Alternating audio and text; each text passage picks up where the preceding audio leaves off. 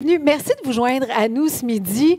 Dans le cadre de la Journée internationale des droits des femmes qui a eu lieu il y a 2 jours, on voulait ici nous souligner le rapport exceptionnel des femmes en médecine et dans la société. Alors aujourd'hui, avec 3 femmes spécialistes, on va parler de cancer du sein. Puis vous le savez, c'est une science qui évolue beaucoup, donc c'est intéressant puis important de se mettre à jour. Puis je vous le dis, là, après la conversation, vous allez vous sentir encore plus outillés. Et on va aussi vous dévoiler le nom des 2 lauréates qui ont remporté le concours Femmes médecins d'exception. Donc, on va faire ça à la fin de l'heure. Donc, c'est sûr qu'on va avoir une superbe heure à passer ensemble. Alors, comme on a beaucoup de stock pour vous aujourd'hui, on va tout de suite y aller avec la présentation du panel. Je suis très contente de les avoir avec nous. Alors, d'abord, il y a Dr Nancy Roy, chirurgienne depuis 25 ans. Elle pratique majoritairement en oncologie à Gatineau, qui est le centre de cancérologie régionale. Elle est chef de service de chirurgie et chargée d'enseignement clinique au campus McGill. Et, je tiens à souligner, première femme membre du conseil exécutif de l'Association québécoise de chirurgie. Bonjour, Dr Roy. Bonjour. On a aussi Dr Alexandra Desnoyers, qui est oncologue médicale à l'hôpital Charlemagne à Longueuil. Elle a complété une formation en cancer du sein, en plus au Princess Margaret Cancer Center à Toronto. Et depuis 2019, elle est membre de l'Association des médecins hématologues et oncologues du Québec. Merci d'être avec nous aussi, Dr Desnoyers. Merci. Et on a Dr Caroline Sanson, diplômée de médecine et de radiologie diagnostique de l'Université Laval. Elle est surspécialisée en imagerie par résonance magnétique, médecin experte au Collège des médecins du Québec et présidente du Comité national de dépistage et diagnostic en cancer du sein au ministère de la Santé et des Services sociaux. Wow, c'est impressionnant! Bonjour Isabelle. Bonjour à toutes les 3. Bon, pour commencer, là, pourquoi, selon vous, c'est important en 2025 de parler encore du cancer du sein puis d'éduquer les femmes par rapport à ça? Docteur Desnoyers, j'ai envie de vous entendre là-dessus. Bien, je dirais, tout d'abord, le cancer du sein, c'est le cancer le plus fréquent chez la femme, on le sait. Oui. Une femme sur 8 va être atteinte du cancer du sein et une femme sur 36, malheureusement, va en décéder. Oui. Puis, malgré tout, il demeure quand même beaucoup de mythes sur le cancer du sein. Docteur Roy? Bien, nous, en tant que chirurgiens, on reçoit les patientes dès leur annonce de diagnostic et c'est fascinant de voir comment elles ont énormément de questions et malgré qu'elles aient accès à Internet, des réseaux sociaux, des forums et tout, elles ont beaucoup de questions, beaucoup de mythes, beaucoup de croyances qui persistent. Beaucoup d'anxiété aussi. Et je pense que c'est important de mettre à jour un peu qu'est-ce qui se fait en 2025, qu'est-ce qu'on peut leur offrir. Puis, docteur Sanson, au niveau du dépistage, j'imagine aussi qu'il y a encore beaucoup de choses à dire. Il y a beaucoup de choses à dire. Puis la première chose, Isabelle, je dirais, du point de vue communication. Depuis 25 ans, on a un programme de dépistage qui touchait les femmes de 50 à 69 ans, maintenant jusqu'à 74 ans. Et on s'est rendu compte qu'un des mythes, c'était de faire penser aux femmes qu'avant 50 ans, c'était une maladie qui ne les concernait pas, puis qu'à partir de 69 ans et maintenant 74 ans, c'était une maladie qui ne les concernait plus, alors que ce n'est pas du tout vrai, comme on le dit. Le cancer du sein n'a pas d'âge. Oh, d'ailleurs, on va y revenir tantôt sur le dépistage préventif, quel âge avant 50 ans, tout ça. Très excitée de parler de ça. Docteur Desnoyers a donné 2 statistiques importantes. Une femme sur 8 va avoir un diagnostic de cancer du sein au cours de sa vie et une sur 36 va en mourir. On va surtout se concentrer sur les femmes, mais il y a quand même des hommes qui ont un cancer du sein. Entre autres, il y a le père de Beyoncé qui parle ouvertement d'avoir eu le cancer du sein. C'est quoi? On est rendu à quoi dans les statistiques chez les hommes? La statistique qu'on entend la plus souvent, c'est de dire qu'il y a 1 % des cancers qui touchent les hommes. Donc, on va dire 99 % des cancers vont donc toucher les femmes. Oui. Donc, si c'est 1 sur 8, une femme sur 8, chez l'homme, c'est environ 1 sur 800. Donc, ce n'est pas un cancer qui est très prévalent, mais il faut savoir que ça existe. Donc, messieurs, si vous avez une bosse, occupez-vous-en. Donc, s'il y a des hommes à l'écoute, ce qu'on va dire va les concerner tout autant. OK. Alors, parlons maintenant des types de cancer du sein parce qu'il y en a beaucoup. Je ne sais pas qui veut commencer, docteur Sanson, peut-être? Bien oui, parce que le premier stade, je dirais, du cancer, c'est le stade 0 et c'est ce qu'on appelle la maladie in situ, le carcinome canalaire in situ. Ce n'est pas de l'invasif, donc on est un peu comme en pré-cancer. Et ça, je dirais, c'est une bibite du dépistage. C'est quelque chose que l'on ne palpe pas, qu'on ne sent pas, qui n'a pas de symptômes, mais qu'on attrape lors de la mammographie de dépistage. Donc, c'est très important parce que c'est celui qu'on guérit le mieux. OK. Ça, c'est bon. Ensuite de ça, il y a cancer du sein de type infiltrant, Oui. Dr. Roy. Donc, souvent, je vais expliquer à mes patientes donc le pré-cancer, donc le carcinome in situ. En fait, je vais souvent le classifier comme étant un pré-cancer pour les rassurer, Oui. parce que le pronostic de ce cancer-là est extrêmement bon. La survie est de près de 100 %.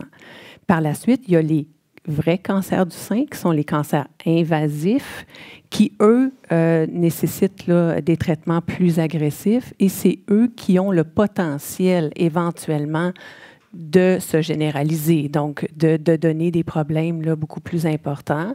Il y en a 2 types. Alors, on a le canalaire et le lobulaire, et il y en a, le canalaire étant le plus fréquent, le lobulaire moins fréquent, mais il a la particularité d'être souvent manqué à la mammographie. Donc, il peut être radio-transparent. Donc, il faut quand même être vigilant. Donc, si, par exemple, une femme a une bosse au sein et que sa mammographie est normale, ça ne veut pas dire qu'il n'y a pas de cancer. Est-ce que dans ce temps-là, il faut insister pour aller vers une échographie? Oui, s'il y a une masse palpable nettement suspecte, il OK. faut aller plus loin que la mammographie, effectivement. Ouais. Donc, ça, c'est ceux qui sont invasifs, mais Oui. il y a aussi ceux qui sont génétiques. C'est-tu comme ça qu'on les appelle? Bien, en C'est fait, quoi? c'est que dans les carcinomes invasifs, Oui. on fait des sous-classements, donc on sous-divise ces cancers-là selon leur génétique, donc selon OK. leur récepteur. On va souvent entendre dire, moi j'ai un cancer du sein récepteur hormonopositif, Oui. j'ai un cancer du sein HER2 positif, j'ai un cancer du sein triple négatif, c'est-à-dire Oui. qui est ni récepteur hormonaux ni HER2 positif. Donc souvent, on va les sous-diviser selon ces biomarqueurs-là. Puis ça va faire une différence au niveau des traitements. Exact. Ce matin, à la radio, j'ai reçu des messages qui me demandaient est-ce que vous allez parler des facteurs de risque? Alors, parlons des facteurs de risque du cancer du sein. Tu sais, évidemment, être une femme en est un. OK? C'est quoi les autres? Exactement. Le fait d'être une femme, le fait de prendre de l'âge, comme on disait, plus on avance en âge, plus le risque augmente. Oui. Moi, je vais vous parler de densité mammaire. Lorsqu'on passe une mammographie de dépistage, on connaît sa densité mammaire. On est catégorisé A, B, C, D. Et le fait d'avoir plus de tissu mammaire, c'est un peu logique, nous met Oui. un peu plus à risque de cancer du sein. Est-ce qu'il nous met plus à risque ou c'est plus difficile de le détecter? Les deux. OK. Donc, lorsqu'on est une catégorie A, on a un plus bas risque et la mammographie performe beaucoup mieux. Si on va à l'autre bout du spectre, en catégorie D, on est beaucoup plus à risque et la mammographie performe beaucoup moins bien. OK. Donc, la densité des seins, la grosseur des seins n'a pas rapport. Pas rapport. OK, ça, on va Régler comme ça. tout de suite l'établir. La puberté, tu sais, précoce, est-ce que ça a un rapport? Oui. Oui. Docteur Roy, Docteur Desnoyers, je vais y aller avec Docteur Bien, Roy. c'est sûr que les 2 principaux facteurs, on le dit, c'est l'âge Ouais. et le fait d'être une femme. Donc, malheureusement, il n'y échappe pas personne. Oui. Mais par la suite, il y a d'autres facteurs, les antécédents familiaux, par exemple, Oui. dans les de premier degré. Donc, c'est certain que si on a notre mère, nos sœurs qui ont eu un cancer du sein, c'est des facteurs de risque majeurs. Mais il y a tous les facteurs qui sont plus négligeables, mais quand même pertinents. Donc, d'avoir des enfants plus tard, d'avoir la ménarche précoce, la ménopause Ça, c'est la puberté tardive. précoce? Exactement. Donc, c'est des facteurs qui sont réputés comme ayant un impact sur le cancer, mais qui sont beaucoup plus mineurs que les antécédents familiaux, par exemple. Ouais. Puis je rajouterais comme autre facteur de risque sur lequel on a un contrôle, donc la consommation excessive d'alcool, la sédentarité, le fait d'avoir un poids qui est supérieur à notre poids santé et le tabagisme. OK. Là, on a parlé des antécédents familiaux. OK. Fait que quelqu'un qui écoute, qui se dit, moi, il n'y a personne dans ma famille, ma mère, ni ma grand-mère, ni mes tantes ont eu un cancer du sein, ce qui est de plus en plus rare quand on regarde la statistique, mais quand même. Est-ce que ça veut dire que ces personnes-là, ces femmes-là, ne sont pas du tout à risque? Non. Non. Non. Okay. La majorité des femmes n'en ont pas dans leur famille, en fait. Exact. Donc, ça ne protège pas. OK. Tout de suite, en partant, Isabelle, là, on a toutes ici là, une chance sur 8. À partir de là, puis Alexandra l'a mentionné, Oui. on peut avoir un certain contrôle. On ne prend pas d'alcool, on peut réduire ce risque-là de 10 On ne prend pas le poids après la ménopause, on peut réduire ce risque-là. Oui, On fait de l'exercice physique, on peut réduire ce risque-là. Et ça, c'est important. Le poids à la ménopause, je pense que c'est 90 des femmes qui sont touchées par ça. Fait que ça veut dire que il faut travailler ça. Je veux dire, des fois, c'est même malgré nous, là. Oui. OK. On peut réduire son risque. Le petit 10 kilos de trop à la ménopause, là, on peut réduire son risque. Ça ne l'annule pas, mais on peut le réduire. C'est quelque chose sur lequel on a un peu de contrôle. Parce que notre famille, l'âge de notre ménarche et l'âge de notre ménopause et l'âge de notre première grossesse, on n'a pas tant le contrôle là-dessus. Bon, j'espère que ça va rassurer certaines personnes parce qu'il y a effectivement des choses qu'on peut faire donc pour baisser nos risques d'avoir un cancer du sein. Là, j'en ai parlé à la radio. Récemment, on parlait de la hausse de cas chez les Canadiennes, mais dans la vingtaine. Là, je pense que le chiffre, c'est 45,5 des cas, de 12,5 chez celles qui ont 30 ans et de 9,1 pour les femmes de 40 ans. Ça veut dire, en gros, qu'entre 20 et 50 ans, on a vu une augmentation du cancer du sein. J'ai personnellement des amis dans la vingtaine, dans la trentaine qui ont reçu des diagnostics. Là, comment on explique ça? Parce qu'on dirait que c'est plus récent. En fait, on a les statistiques canadiennes. Ça, c'est plus récent. C'est multifactoriel. S'il y avait une seule bonne cause ou une seule raison, ça ferait probablement la première page de nos quotidiens. Fait que c'est multifactoriel. Clairement, on l'a abordé, l'histoire reproductive a un effet. Au Canada, notre première grossesse, elle est plus tard si on a des enfants. Donc, il y a quelque chose qui l'explique. Il y a certainement des facteurs environnementaux, mais ça, c'est plus difficile à identifier et à expliquer. C'est intangible pour l'instant, là. Et les saines habitudes de vie. Alors, on revient à faire de l'exercice, ne pas prendre de poids et limiter sa consommation d'alcool. On l'a vu dans les dernières décennies, ces variables-là se sont modifiées au Canada et ça a un impact sur le cancer du sein. Bien, là, moi, je viens de le dire, autour de moi, j'en ai connu. Docteur Desnoyers, Docteur Roy, est-ce que vous-même, vous en rendez compte quand les patientes, avec vos patientes, qu'elles sont de plus en plus jeunes? Puis est-ce que ça fait en sorte que les cancers du sein, à ce moment-là, sont plus virulents automatiquement parce qu'elles sont plus jeunes? Il y a plus, parmi les jeunes femmes, il y a plus de cancers du sein agressifs, oui. Donc, comparé à des femmes plus âgées. Puis si on explique ça par la force de leurs cellules? Il n'y a pas une seule explication. OK. Non, on ne peut pas faire la corrélation, dire plus on vieillit, moins nos cellules sont virulentes, puis plus nos cancers sont lents. Oui. Mais on voit quand même plus de cancers agressifs chez les jeunes, malheureusement.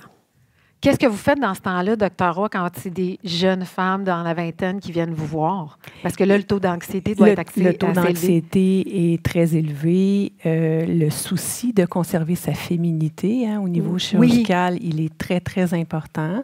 Parfois aussi, c'est des jeunes femmes qui n'ont pas encore eu d'enfants, donc qui vont beaucoup être déçues de ne pas pouvoir avoir de grossesse, du moins à court terme, là, pendant les traitements. Donc, c'est certain que c'est plus difficile, là, l'approche, la réassurance et tout, effectivement. Bon, alors on va maintenant parler peut-être des signes, OK, pour savoir comment détecter. Est-ce que, par exemple, la douleur des seins ou un écoulement est automatiquement synonyme de cancer du sein? La douleur au sein seule, j'entends par unique symptôme, ce n'est jamais associé ou presque jamais associé à un cancer du sein. Donc, souvent, les patientes qui ont mal au sein ont souvent peur d'avoir un cancer du sein. Ça va amener beaucoup d'examens, beaucoup d'anxiété, mais jamais le seul symptôme. Donc, la douleur, pour nous, ça ne nous inquiète pas comme médecin.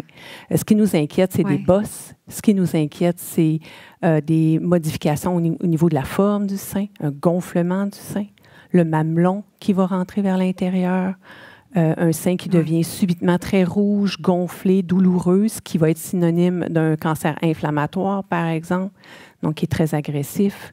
L'écoulement peut être un symptôme, mais de façon surprenante, c'est un écoulement qui est clair. C'est celui-là qui nous inquiète le plus. L'écoulement comme de l'eau, en fait. Parfois teinté de sang, mais rarement. OK, c'est ça, j'allais demander la question par rapport à du sang, parce que j'ai une copine à moi, c'était un écoulement de sang, donc... L'écoulement teinté de sang est plus souvent bénin. OK. Alors, l'écoulement qui nous inquiète le plus, il est souvent comme de l'eau. Il est spontané, il est clair. Puis, on peut-tu faire une petite parenthèse pour parler? Vous avez parlé de le cancer inflammatoire, qui représente combien de pourcentage des cancers? Parce qu'il est plus difficile à déterminer, hein, je pense. Il représente 3 à 5 des cancers du sein et c'est essentiellement une manifestation du cancer du sein qui est particulière, qui est rapide, qui est agressive et qui se manifeste par une rougeur, douleur, gonflement du sein. Alors souvent, la patiente va être traitée comme si elle avait une infection du sein. Et il faut rester très vigilant lorsqu'on voit que ça ne répond pas aux antibiotiques, par exemple, et la rougeur persiste. Alors là, le diagnostic va se faire par une biopsie de la peau. Docteur Desnoyers, je vais peut-être être un peu précise, mais j'imagine pour celles qui nous écoutent, qui doivent se poser comme question, une fois que tu as pris tes antibiotiques, c'est-tu 2 semaines qu'il faut attendre ou entre le moment où tu prends tes antibiotiques et tu te rends compte qu'il n'y a pas de changement? 2 semaines, c'est long. Ah oui, hein? Mais dès qu'on voit qu'il n'y a pas d'amélioration ou il y a détérioration de notre sein sous antibiotiques, je pense qu'il faut reconsulter. Parce que c'est des cancers qui sont extrêmement agressifs. OK, c'est bon à savoir. Moi, en 2017, puis j'en ai parlé publiquement, c'est à cause de l'auto-examen que je me suis découvert une bosse. Et j'étais allée, voir mon médecin de famille 3-4 mois avant. Elle m'avait palpé les seins, il n'y avait clairement pas de bosse. Donc, c'est arrivé en l'espace de 3 mois. Puis, c'est un peu ça qui a fait en sorte que par la suite, on a découvert, j'ai eu une mastectomie partielle. Bon. Est-ce que l'auto-examen est, selon vous, encore le meilleur geste qu'on peut poser? En fait, l'auto-examen, on ne fait pas la promotion de l'auto-examen parce que ça peut entraîner beaucoup d'anxiété et beaucoup d'examens dits inutiles. Ceci dit, l'auto-examen, on va le reformuler différemment. On suggère aux femmes d'être vigilantes face à leur sein. Fait que vigilante veut dire, en effet, si on sent quelque chose à l'examen, mais également si on voit une anomalie du contour ou une anomalie du mamelon. On est en effet aux premières loges, nous les femmes, pour voir s'il y a un changement qui apparaît au niveau de notre sein. Il faut savoir que tous ces changements-là, autant l'anomalie palpable que le changement, on arrive quand même assez tard dans l'évolution du cancer. Ce qu'on veut au Québec, c'est quand même dépister les cancers avant qu'ils n'aient aucune manifestation, soit par la mammographie de dépistage, mais ça n'empêchera pas et ça ne doit pas empêcher les femmes d'être vigilantes face à leur sein. Et en effet, dès qu'il y a quelque chose qu'on voit de différent, malgré une mammographie de dépistage négative, de consulter, de reconsulter son médecin. C'est tout à fait normal de consulter si on note un changement au niveau de nos seins. J'ai aussi entendu parler des tests salivaires pour la détection du cancer du sein. Je trouve que c'est excitant ce qui s'en vient. Mais là, est-ce que c'est déjà disponible? Je ne suis pas certaine. Non. En fait, le test salivaire n'est pas tant un test de dépistage du cancer du sein qu'un outil de plus qu'on va avoir à notre arsenal pour bien caractériser le risque individuel. Actuellement, les facteurs de risque, on en a parlé, les plus importants, la densité mammaire et l'histoire familiale. Mais il y a également tout le bassin génétique. Et par ce test salivaire-là, on teste plusieurs gènes, pas seulement ceux à très, très haut risque, le BRCA1, BRCA2, mais une multitude de gènes qui sont associés à une augmentation accrue du risque du cancer du sein. Donc, ce qu'on veut par ce test salivaire-là, c'est redonner aux femmes le pouvoir de prendre les bonnes décisions en sachant exactement dans quelle catégorie de risque elles se retrouvent. Parce qu'actuellement, on en a une bonne idée avec les facteurs de risque, mais il nous manque cette information-là clé. Fait que c'est un projet, il y a des projets multicentriques mondiaux actuellement là-dessus. Il y a une équipe de Québec en collaboration avec l'Ontario qui ont fait un projet, le projet Perspective, et ça a créé beaucoup d'engouement dans la population et ça a généré ces articles-là parce que on les veut, nous, les femmes, ces informations-là. Nous, les médecins, on les veut, mais comme femmes, on les veut aussi, ces informations-là, pour ensuite pouvoir prendre les bonnes décisions. On parle beaucoup de choix éclairés, de décisions éclairées ou de décisions partagées, ben oui, éclairées. je pense aux oncologues. J'imagine que ça va faire une différence aussi dans le traitement. Après ça, si déjà vous le savez d'avance, déjà en train de planifier si jamais ça se développe. Absolument. Ah oui. Oui. Alors, il faut y aller par étapes. Alors, les projets de recherche sont faits. Oui. On a enrôlé une partie de notre population au Québec. Donc, les résultats s'appliquent à notre population. Maintenant, il faut avoir l'homologation du laboratoire, ce qui devrait se faire au courant de l'année. Puis ensuite, vous savez, il faut faire des projets pilotes. Alors, on est à l'élaboration des projets pilotes actuellement. On n'a pas un go officiel au moment où on se parle là, par le ministère, mais il regarde la chose. L'INES, qui est notre Institut national en santé, a été saisi. Il revoit la littérature et on arrive au courant de l'année avec probablement des projets pilotes ou d'implantation pour pouvoir vraiment ensuite le diffuser à l'ensemble de la population. Je sais que vous êtes toutes les trois très optimiste par rapport à la science, par rapport à ce qui s'en vient. Puis je trouve que ça fait partie aussi des raisons pour lesquelles on peut être optimiste. Bon, là, une fois qu'on a détecté une bosse ou que le médecin a détecté une bosse physiquement, là, je parle, là, on peut peut-être parler de où qu'on est en prévention. On va parler des mammographies parce que là, il y a mammographie 2D, 3D, il y a des IRM qu'on peut passer, des échographies. Quand est-ce qu'on passe quoi? Bon. La première chose qu'il faut se répéter, tout le monde, c'est que l'outil de dépistage qui a démontré une baisse de mortalité pour le cancer du sein, c'est la mammographie. Donc, qu'on l'aime ou qu'on l'aime pas, qu'on trouve qu'elle fait mal, qu'elle fait pas mal, c'est notre outil de dépistage. Je vous ai ramené une petite photo? Le petit porte-clés. Je pensais que c'était une photo d'une mammographie. Non, le petit porte-clés. Oui. Ça, c'est la masse qu'on palpe. Oui. Et ça, c'est la masse qu'on peut dépister. Le petit point rose que vous voyez peut-être difficilement, même d'où vous êtes, là, c'est ce qu'on peut détecter à la mammographie. Au Québec, là, si on détectait tous les cancers du sein alors qu'ils sont là plutôt que là, on s'en porterait toutes beaucoup mieux. Fait que l'outil de dépistage, c'est la mammographie.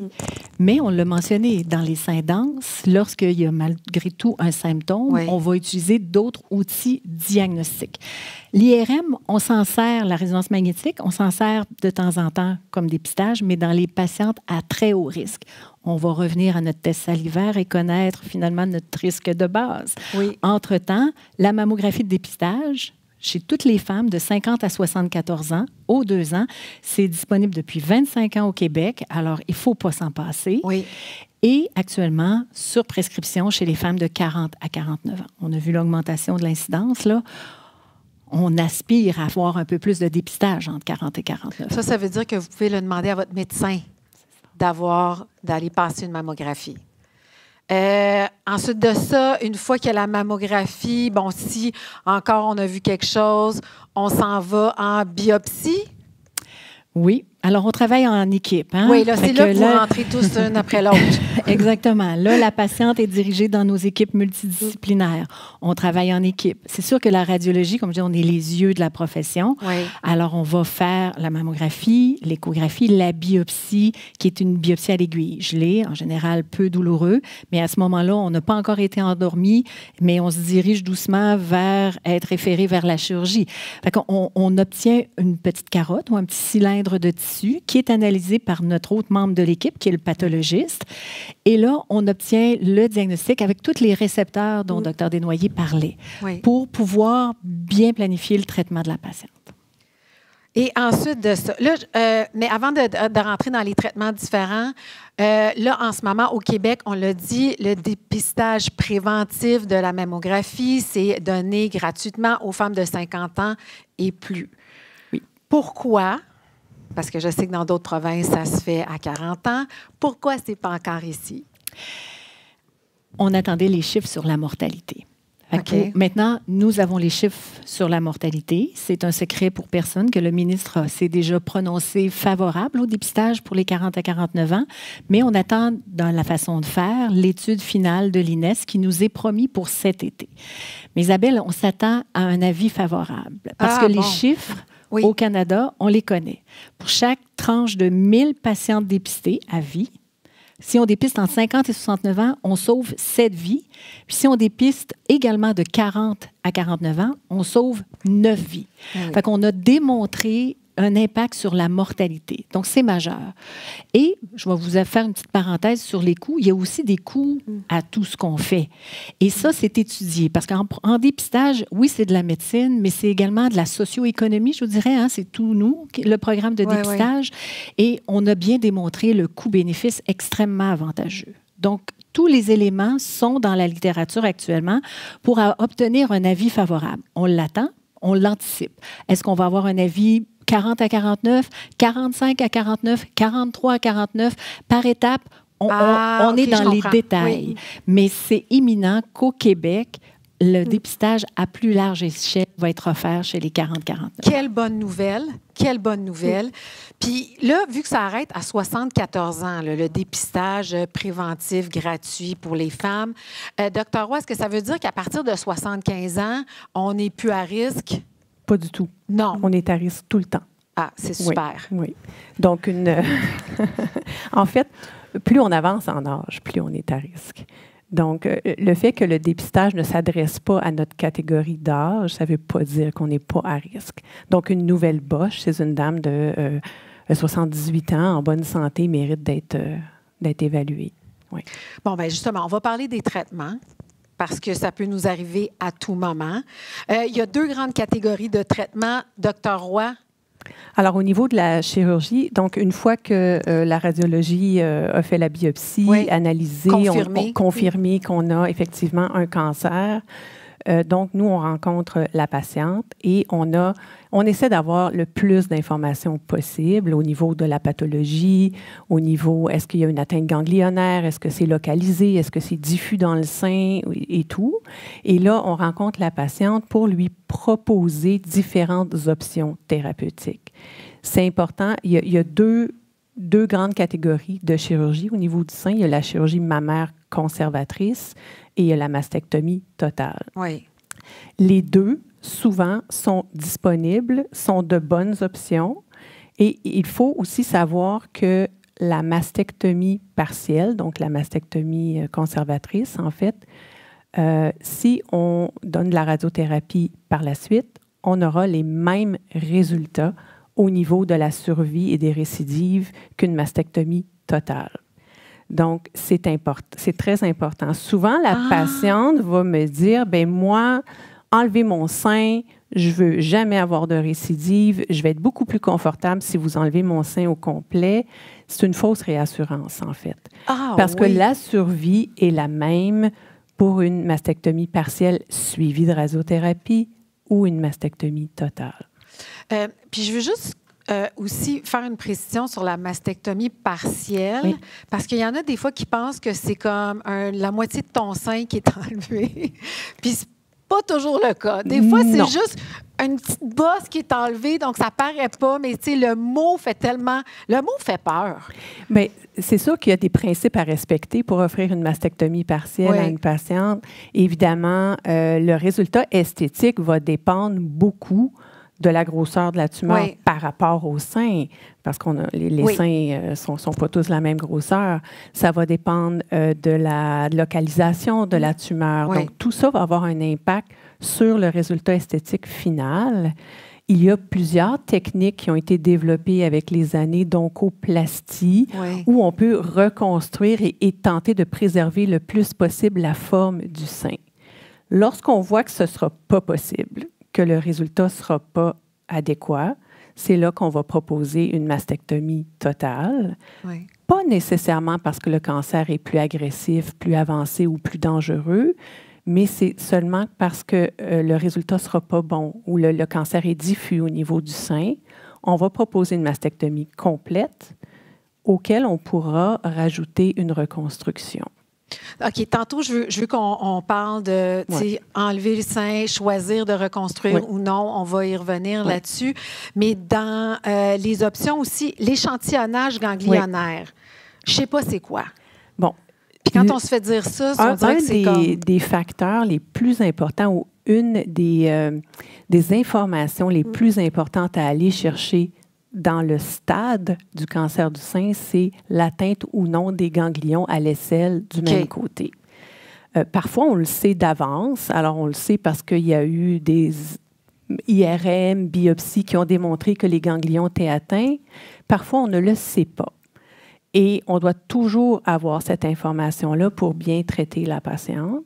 Jadis, si on remonte au début de ma carrière, il y a 25 ans, on faisait des échantillonnages ganglionnaires complets. Donc, on enlevait tous les ganglions à l'aisselle chez toutes les patientes qui avaient un cancer de sein avec une morbidité très importante.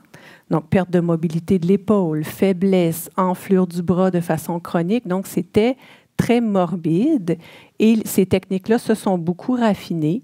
Maintenant, on va faire ce qu'on appelle la technique du ganglion sentinelle, où on va aller échantillonner seulement que les premiers relais ganglionnaires en injectant des colorants au niveau du sein. Alors, on va injecter un colorant en médecine nucléaire, un colorant bleuté qui va nous permettre de repérer ces ganglions, d'aller prélever 1, 2 ou 3 ganglions maximum.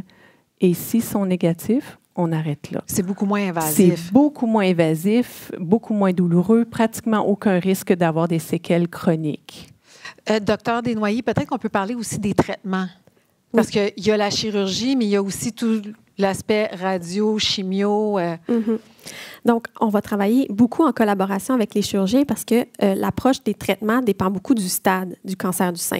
Donc, souvent, les patientes croient que l'élément le plus important, c'est de retirer le sein.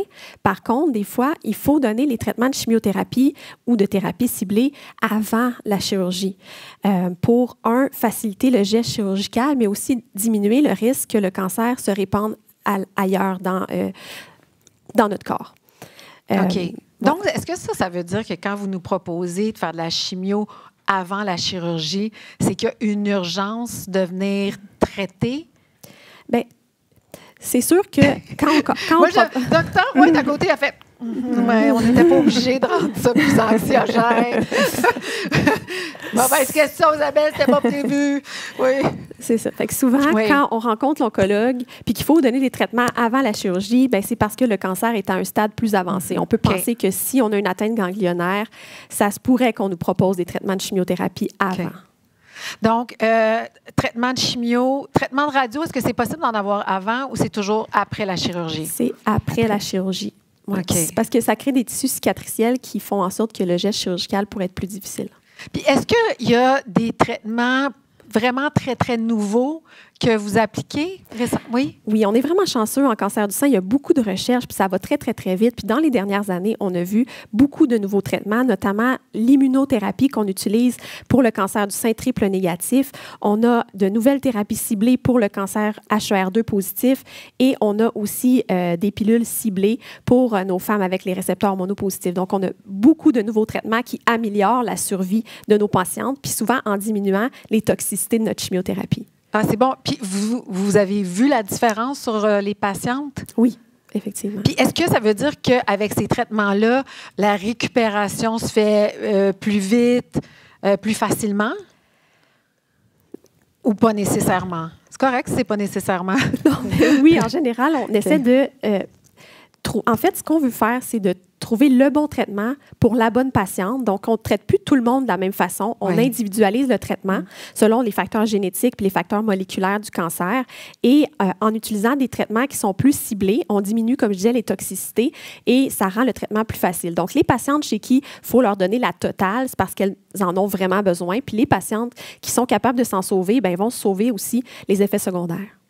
Tu sais, tantôt, on parlait de mammographie, puis j'ai dit, je veux qu'on revienne un peu plus tard là-dessus parce qu'il y a tout l'aspect de la reconstruction, choisir ou ne pas choisir, parce qu'il y en a qui décident d'avoir un sein, puis elles s'autoproclament des licornes, ce que je trouve très mignon. Mais je sais que certaines personnes ont trouvé que entre se faire dire il faut qu'on t'enlève le sein ou les seins, puis il faut que tu choisisses tout de suite si tu reconstruis ou non, est-ce que c'est vrai que ça se fait super rapidement? Puis est-ce que ça devrait être une question à laquelle il faudrait tout de suite avoir une réponse avant même d'avoir un cancer du sein? C'est-à-dire que, tu sais, quand on pense à un jour, je vais accoucher, je me vois avec ma petite vallée, je sais quel genre de musique je vais mettre, tu sais, on réfléchit à nos accouchements. Est-ce qu'on devrait réfléchir à cette question-là, vous pensez, avant que ça nous arrive? Parce que dans certains cas, ça arrive très rapidement. En général, cette discussion-là, on l'a avec presque toutes les patientes chez qui on envisage une mastectomie complète. OK. Il y a toujours, au moment de la discussion des traitements, la notion de est-ce qu'on veut reconstruire ou pas le sein et est-ce que c'est possible ou non de le faire en première intention, parce que ce n'est pas toujours possible. Ce n'est pas toujours le meilleur geste à faire. Alors, il faut savoir que lorsqu'on a un cancer du sein, l'important, c'est de traiter le cancer. Oui. Et si on pense que la reconstruction pourra venir avoir un impact négatif ou retarder le traitement de cancer, amener des complications, en général, c'est mieux d'attendre. Donc, de finaliser le traitement et de faire la reconstruction plus tard. Il est toujours temps possible de faire cette reconstruction-là. Elle n'est pas obligée d'être faite simultanément avec la chirurgie de cancer. Est-ce qu'il y a des fois où vous avez suggéré de ne plus, de vraiment accepter le fait de ne plus avoir de sein, point, que c'est même pas 2-3 ans plus tard qu'on devrait se faire reconstruire? J'imagine, plus on est en âge, plus on est vieillissant, moins c'est si une les option. patientes qui sont plus âgées avec d'autres comorbidités, chez qui, par exemple, des anesthésies prolongées peuvent avoir des impacts, c'est important de discuter avec les patientes pour qu'elles comprennent ça. Les patientes qui ont eu de la radiothérapie sur leur sein, la peau, elle guérit beaucoup moins bien. Les résultats vont parfois être un petit peu plus difficiles à être adéquats, finalement. Donc, ça aussi, c'est important d'avoir cette discussion-là avec les patientes. Mais malgré tout, les reconstructions sont en général proposées à presque toutes les patientes qui ont eu des mastectomies. Elles sont possibles. Elles sont couvertes par la RAMQ. Oui. Souvent, les patientes nous posent cette question-là, donc elles n'ont pas à débourser aucune des étapes. Oui, ça, c'est un point important. Et lorsqu'il y a moindrement un doute sur la faisabilité, on n'hésite pas à les faire rencontrer des chirurgiens plastiques pour travailler conjointement avec eux. Une des statistiques que j'aime beaucoup, c'est que le taux de survie maintenant est à 89 % après 5 ans. Puis je dis toujours que ma mère qui a eu un cancer du sein en 85, elle avait 37 ans. Aujourd'hui, je suis convaincue qu'elle serait une survivante parce qu'il y a tellement eu de développement et la science a vraiment changé. Mais je serais curieuse de savoir quels sont les cancers du sein qui sont les plus à risque d'une récidive. C'est une bonne question. Puis ça dépend des marqueurs moléculaires que je discutais tantôt, donc du sous-type de cancer. Donc, le cancer du sein triple négatif, c'est le plus agressif, c'est celui qui a le plus grand risque de récidive. À court terme, on va dire. Par contre, le cancer du sein récepteur monopositif, qui est le plus fréquent, 75 % des cancers sont récepteurs monopositifs, c'est celui dont on ne peut pas dire qu'on est guéri après le 5 ans. On ne peut pas dire qu'on est en rémission parce que le risque de récidive est présent pour le restant de notre vie, finalement. Donc, même, on voit des patientes qui ont eu un cancer en 1980, puis rendu aujourd'hui, le cancer revient dans les os, puis c'est le même cancer. Ah oui, hein? Oui. Bien, alors, on ne peut jamais dire qu'on est en rémission avec un cancer du sein? Non. Non. C'est la première fois que j'entends ça. Non. En fait, il est plutôt considéré comme une maladie systémique. Oui. OK. Donc, le pourcentage que ça revienne chez toute femme qui a eu un cancer du sein, on a-tu ça, cette statistique-là? Bien, ça dépend encore là de chaque cancer du sein. Donc, chaque cancer du sein, selon le stade, tout ça, après, on peut dire à la patiente, quand elle vient dans notre bureau, c'est quoi le risque que son cancer revienne dans le futur, mais le risque n'est jamais zéro. OK. Puis là, nous, on travaille, je dis nous, mais évidemment, ce ne sera pas moi, mais pour arriver à un risque zéro éventuellement. On aimerait ça. Est-ce que vous y croyez? Est-ce que vous pensez qu'un jour, on va se rendre là? C'est une bonne question. Hein? Il me déteste en ce moment. Pourquoi il me pose cette question? Je vais arrêter d'y aller ad lib, mesdames. Mais c'est parce qu'il y a plein de monde qui se pose ces questions-là, comme moi. Le risque zéro d'avoir un cancer du sein, ça n'existera. Ça n'existe pas. Mais par contre, réduire la mortalité, puis on n'en fera pas un banal rhume. Mais si ça devient une maladie chronique pour laquelle on ne meurt pas, sans vouloir la banaliser, c'est quand même vers ce vers quoi on se dirige. Avec la détection précoce et l'amélioration des traitements, on réduit la mortalité jusqu'à, comme je dis, en faire une maladie non mortelle.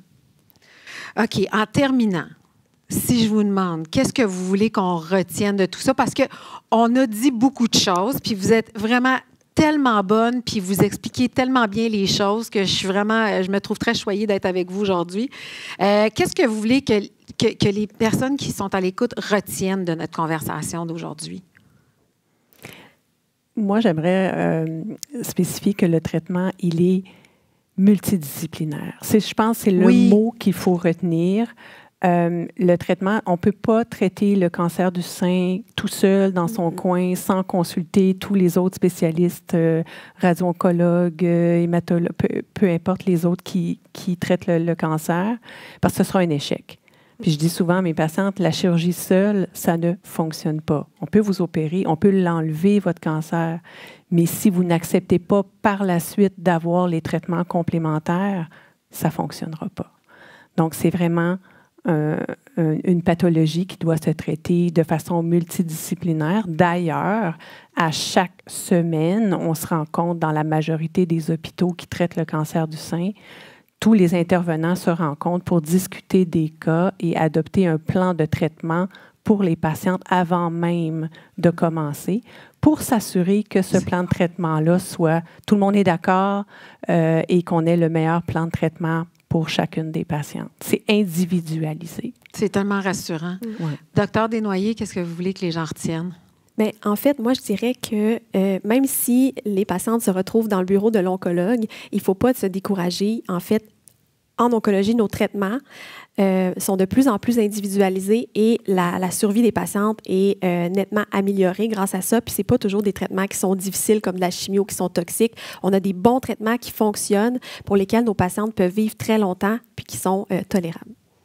J'aime tellement votre côté optimiste de tout ça. C'est le fun. Non, mais c'est encourageant. C'est sûr que, tu sais, vous le savez, c'est une cause d'anxiété très grande chez une femme quand elle se fait diagnostiquer avec un cancer du sein.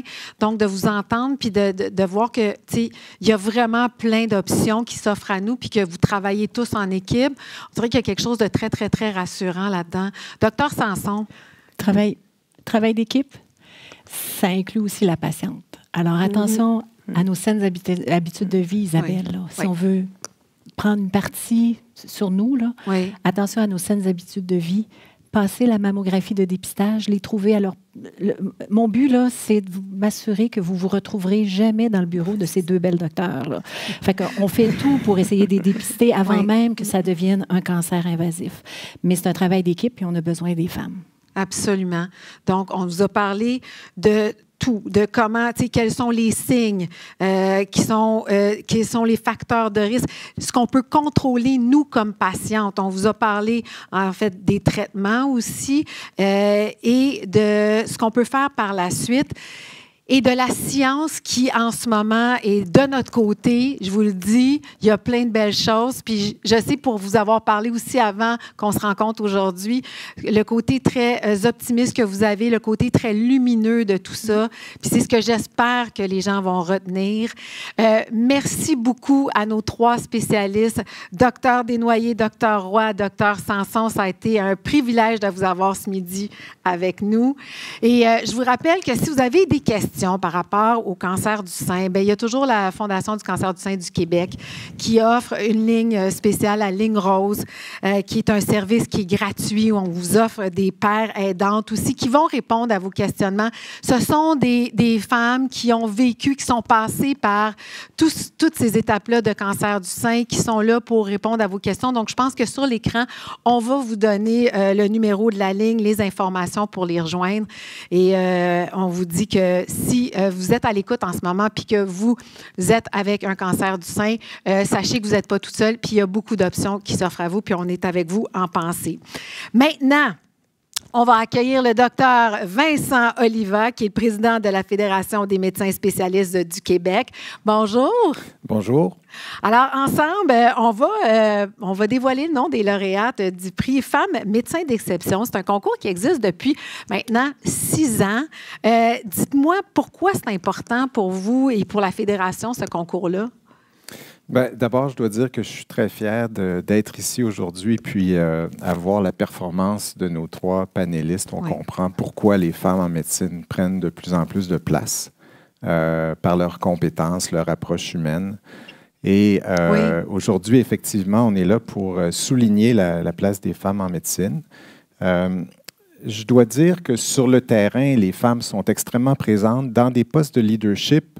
On a encore quelques échelons à gravir. Donc, il y a plusieurs femmes spécialistes qui prennent ces positions-là, mais on n'est pas encore à parité, si je peux dire ça comme ça. Donc, les postes de décision, les postes de direction.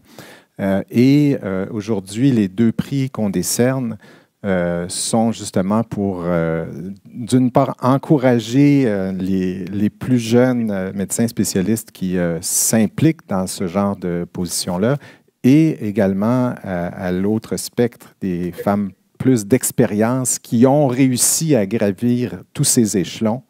On parle souvent du plafond de verre. Oui, le fameux plafond de verre. Exact. Donc c'est pour ça qu'on est ici. Je dois souligner aussi que cette année, on va un peu plus loin. On organise un webinaire un peu plus tard cette semaine pour nos membres qui souligne 3 femmes médecins spécialistes qui ont été élues à la tête de leur association médicale. Donc, en médecine spécialisée, on a 36 associations.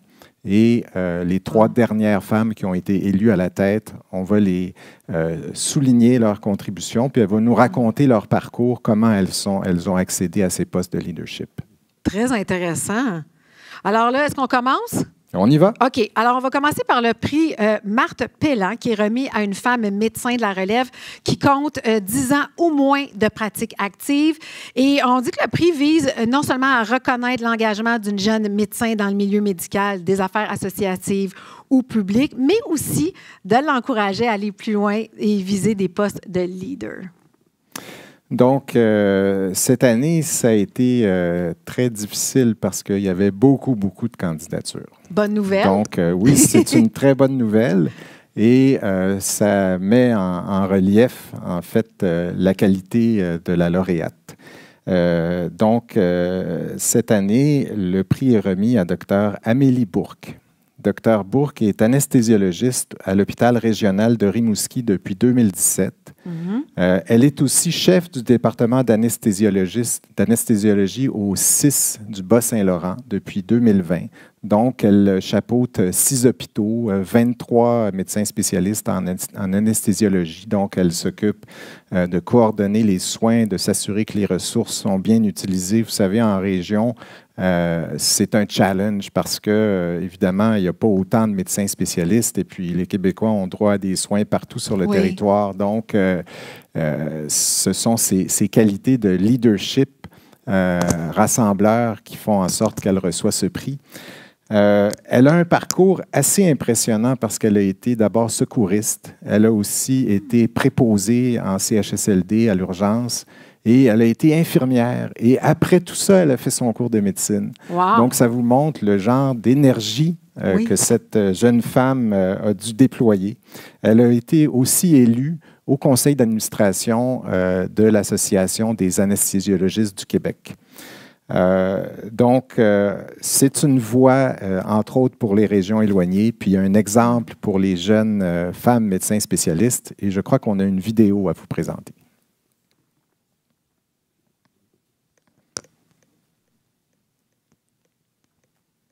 La vidéo s'en vient.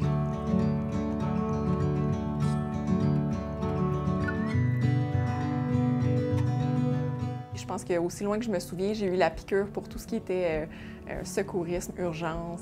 Je trouve ça fascinant, le corps humain, la physiologie humaine. C'est probablement quelque chose que je pourrais étudier tout le reste de ma vie sans jamais me lasser. Je pense qu'on n'a pas assez d'une vie là, pour comprendre comment fonctionne le corps humain, fait que ça me passionne encore comme au premier jour. En anesthésie, on travaille avec le corps humain, mais aussi avec des médicaments qui fonctionnent en temps réel, des réponses en secondes. Puis on peut, je trouve, pousser notre compréhension de la physiologie humaine au maximum dans l'environnement de la salle d'opération puis de l'anesthésie avec les outils qu'on a. Je me suis établie à Rimouski. Je pense que maintenant, ça fait 7 ans que je suis dans la région. Je contribue déjà par ma pratique clinique, mais j'avais l'impression qu'en m'impliquant au niveau d'un poste de gestion, au niveau de la chefferie de département, j'aurais juste encore plus d'outils pour faire avancer là, les soins dans mon établissement et les soins dans notre région. On peut être nourri par la pratique clinique, mais dans le fond, moi, au quotidien, mon rôle de chef me nourrit autant que ma pratique clinique. Le fait d'avoir les deux chapeaux, c'est pas une lourdeur dans ma tâche, mais pour moi, c'est vraiment un complément. Ça me permet de dépasser l'impact que je peux avoir dans ma journée clinique, puis de faire évoluer des choses au niveau de l'organisation de mon établissement pour que les soins deviennent meilleurs pour la population ici dans le Bas-Saint-Laurent. Ce que j'aimerais développer à travers les prochaines années, c'est un sentiment encore plus fort de rassembler nos milieux, que les anesthésiologistes de chacun de nos centres se soutiennent, forment de plus en plus une équipe unie, une équipe qui s'entraide. C'est très significatif pour moi d'être nommée comme lauréate du prix Marthe Pelland qui reconnaît le leadership féminin en médecine. Si le fait de décerner le prix pouvait permettre juste ça, pouvoir donner la motivation puis pouvoir démontrer que c'est possible de jumeler un équilibre de vie, travail-famille avec un poste de gestion puis un poste de médecin spécialiste, bien déjà là, on aurait un bon message de passer.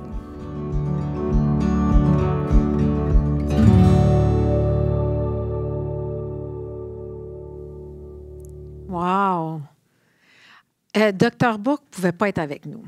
Dr. Bourque, effectivement, n'est pas présente ici avec nous, mais on a la chance de pouvoir la voir en ligne et de la féliciter. Donc, je comprends qu'elle va apparaître. Donc, Dr. Bourque, on est tous très impressionnés de votre parcours, très inspirés. On vous félicite. Donc, la parole est à vous. Bonjour. Effectivement, je suis à l'extérieur du Canada en ce moment, mais je voulais me connecter avec vous aujourd'hui parce que c'est vraiment un immense honneur de pouvoir recevoir le prix Marthe Pelland. Je voulais en profiter pour remercier mon équipe de travail, des anesthésiologistes de Rimouski puis du Bas-Saint-Laurent. C'est grâce à eux que ma candidature a été soumise, entre autres. Donc, Dr. Emmanuel Rioux et Dr. Julie Pelletier qui avaient soumis ma candidature. Je suis vraiment reconnaissante.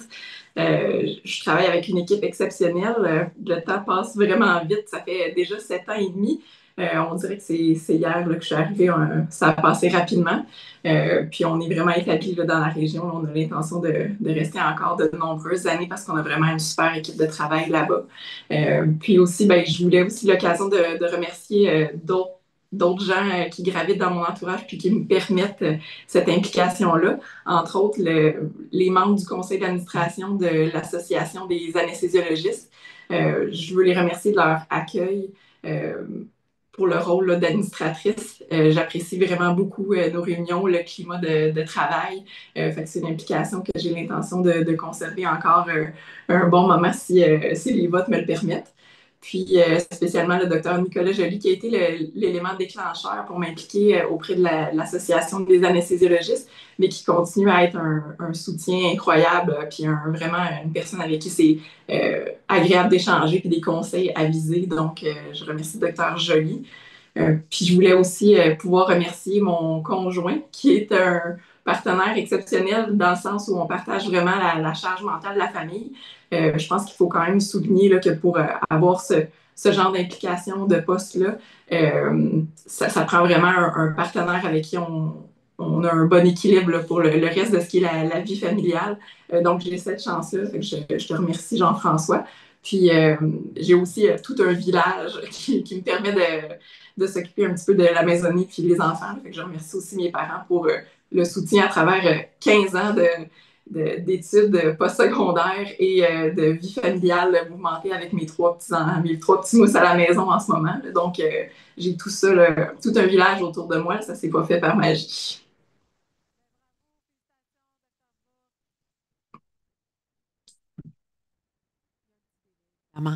Oui. Bravo, Dr. Bourque, et puis merci de vous être jointe à nous. On est très fiers de vous. Merci. Merci, Dr. Elbach. Merci, Mme Resca. À bientôt. Continuez votre bon travail. Et là, on va passer au prix Irma Levasseur. Celui-là est remis à une femme médecin d'expérience déjà bien établie qui compte plus de 10 ans de pratique.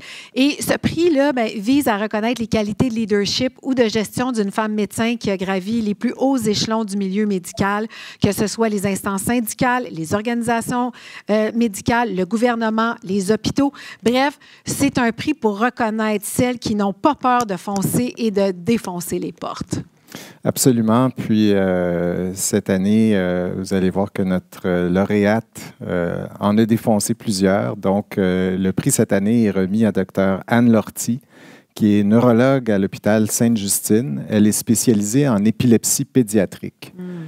Entre autres, elle a passé 4 décennies à combattre l'épilepsie réfractaire. L'épilepsie réfractaire, ça veut dire l'épilepsie qui ne répond pas au traitement traditionnel. Okay. Donc, il faut sortir des sentiers battus. Elle a, entre autres, innové beaucoup, évidemment avec une équipe, mais entre autres, puis là, c'est pas mon domaine, hein, alors je vais nommer des noms, la diète cétogène, oui. La stimulation du nerf vague. Là, je ne pourrais pas vous expliquer en détail tout ça, mais elle pourrait certainement, et d'ailleurs, elle a été co-autrice d'un livre, L'épilepsie chez les enfants et les adolescents, qui est un livre de référence.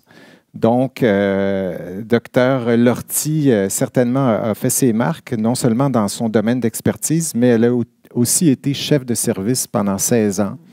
D'ailleurs, ce sont ses collègues immédiatement autour d'elle qui l'ont, disons, recommandé pour ce prix. C'est toujours bon signe quand les gens immédiatement autour de nous recommandent parce que ça veut dire qu'ils sont appréciés. Oui. Et elle a été aussi pendant une dizaine d'années dans l'Association des neurologues du Québec. Donc, elle a gravi de nombreux échelons et je crois qu'on a une vidéo pour nous illustrer tout ça.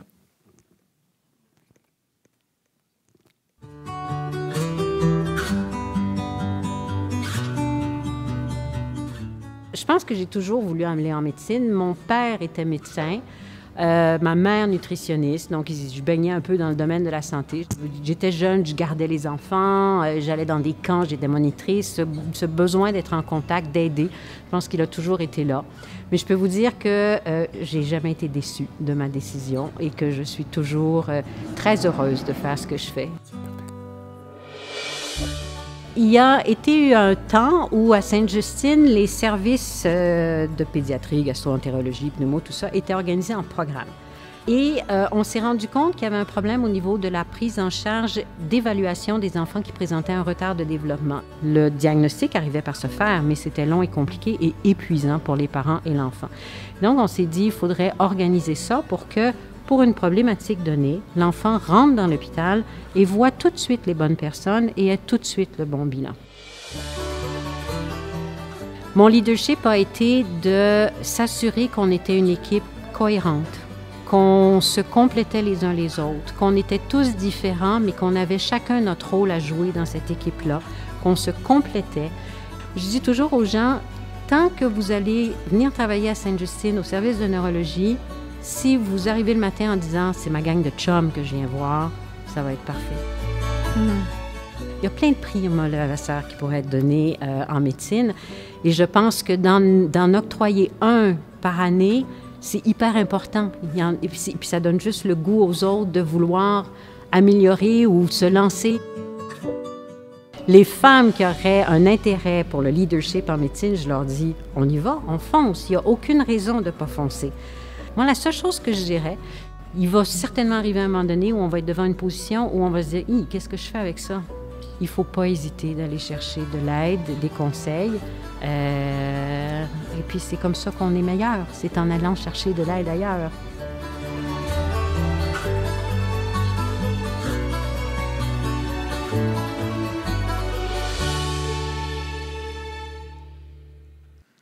Oui, et la bonne nouvelle, c'est que Dr Lortie est avec nous. On a la chance d'avoir Dr Lortie avec nous. Donc, Dr Lortie, félicitations. On vous remet votre prix. Donc, merci beaucoup, beaucoup. Merci. Bravo. Vous pouvez vous asseoir, docteur. docteur. Je ne peux pas tenir. Et le micro, et le prix, je vais échapper quelque chose. Donc, félicitations. Merci beaucoup, docteur Aliva. Je pense que je l'ai dit. Merci à vous. Je vois des têtes ici. Merci. Je tiens à remercier la FMSQ d'avoir, il y a 6 ans, initié ces prix-là. On en discutait tout à l'heure. Quand j'ai su que j'étais nommée, je me suis dit, mon Dieu, mais il y a tellement de femmes qui pourraient avoir ce prix-là. Il y a des femmes extraordinaires dans la profession de médecine, des femmes qui sont fonceuses, et de les reconnaître pour les encourager à continuer dans ce sens-là et à encourager leurs pairs à aller vers l'administration, la gestion, c'est formidable. Je suis très honorée d'avoir été nommée parmi toutes celles qui auraient pu recevoir ce prix. Évidemment, je tiens à remercier mes 2 copains qui sont là. C'est les 2 instigateurs de cette nomination, Dr Philippe Major, qui est chef de service maintenant à Sainte-Justine, et Dr Inge Meyer, qui est la directrice du programme de neuropédiatrie. Vous le disiez tout à l'heure, Isabelle, je pense que d'être nommée par les gens avec lesquels on travaille, avec lesquels j'ai voulu développer ce service, c'est la meilleure reconnaissance que j'aurais pu jamais souhaiter avoir. Et ça me fait vraiment très chaud au cœur. J'ai ici mon collègue, Dr Guillaume Lafortune, qui est venu de Granby, je pense, qui est le président de l'Association des neurologues. Ça me va directement au cœur de savoir que tu t'es déplacé. Un énorme merci. Mais je tiens surtout à remercier mon équipe. Moi, j'ai été chef, effectivement, pendant 16 ans, gestionnaire de programmes également sur différents comités. Mais mon équipe avec laquelle et pour laquelle on travaille, j'ai travaillé, que ce soit la commis au poste en avant qui reçoit les patients, que ce soit les secrétaires, les infirmières, les différents professionnels, notre nutritionniste, mes collègues médecins. Je ne serais jamais restée 16 ans chef de service si je n'avais pas eu une équipe aussi extraordinaire qui allait dans le même sens que moi de ce qu'on voulait développer, de ce qu'on voulait faire. Et si j'ai ce prix-là aujourd'hui, c'est parce que j'ai eu une équipe extraordinaire qui a travaillé avec moi pendant toutes ces années-là. Donc, merci à vous tous. Merci encore une fois à la FMSQ. C'est un très beau prix. Je suis très honorée. Merci beaucoup. En tout cas, votre approche est très inspirante, puis je vous en félicite. Merci beaucoup. Félicitations encore une fois, Dr Lortie. Merci, Isabelle. Absolument, on peut l'applaudir. Merci aussi, Dr Aliva, pour cette portion-là. Je veux aussi remercier les panélistes qu'on a eus un peu plus tôt. Donc, si vous avez raté une partie de cette heure ou si vous connaissez quelqu'un à qui ça pourrait intéresser, sachez que même si on était en direct au cours de la dernière heure, vous pouvez toujours rattraper ce qu'on a fait. Donc, vous pouvez le faire sur Facebook, sur YouTube ou sur le site de la FMSQ. Et c'est comme ça qu'on va vous dire merci. Bonne fin de journée, tout le monde. Merci d'avoir été là. Merci.